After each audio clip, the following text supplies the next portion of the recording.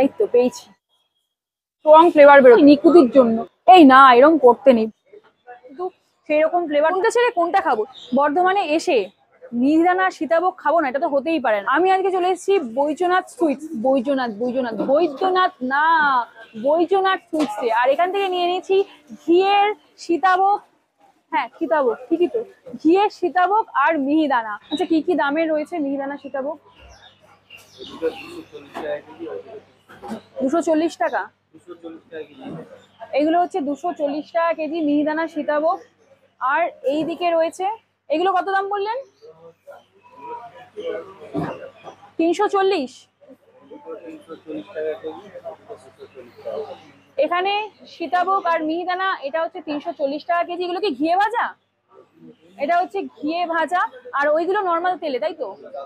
ডালডাতে। 240 টাকাটা হচ্ছে ডালডাতে ভাজা যেগুলো এখানে রয়েছে। আর 340 টাকার হচ্ছে ঘিতে ভাজা।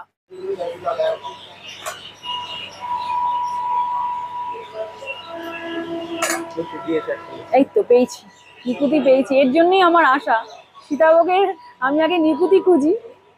ঘিয়ের সীতাভোগ আর মিহিদানা এখানকার বিখ্যাত নাকি, দেখা যাক, টেস্ট করবো, এবার ট্রাই করা যাক। প্রথমে আমি কোনটা, সীতাভোগ নেই মিহিদানা, মিহিদানা প্রথমে মিহিদানা ট্রাই করবো। এখানে নিয়ে নিয়েছি 100 গ্রাম মিহিদানা। এটা ঘিয়ের তৈরি মিহিদানা, আর এর মধ্যে কিন্তু এরকম কাজু দেওয়া রয়েছে। খেয়ে দেখা যাক।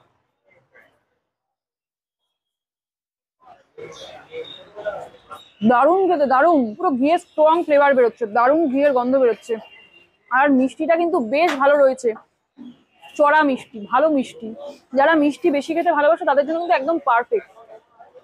বর্ধমান স্টেশনের 1 নম্বর প্ল্যাটফর্ম থেকে বেরিয়ে কিন্তু এই বৈদ্যনাথ সুইটস দোকানটা পেয়ে যাবে। এখানকার সীতাভোগ, জাস্ট এই সীতাভোগ কেন বলছি খালি আমি, এটা মিহিদানা। এখানকার মিহিদানা সত্যি দারুণ, যেরকম দাম নিচ্ছে সেই রকম খেতে। সীতাভোগ অর্ধেক হয়ে গেছে, হায় ভগবান।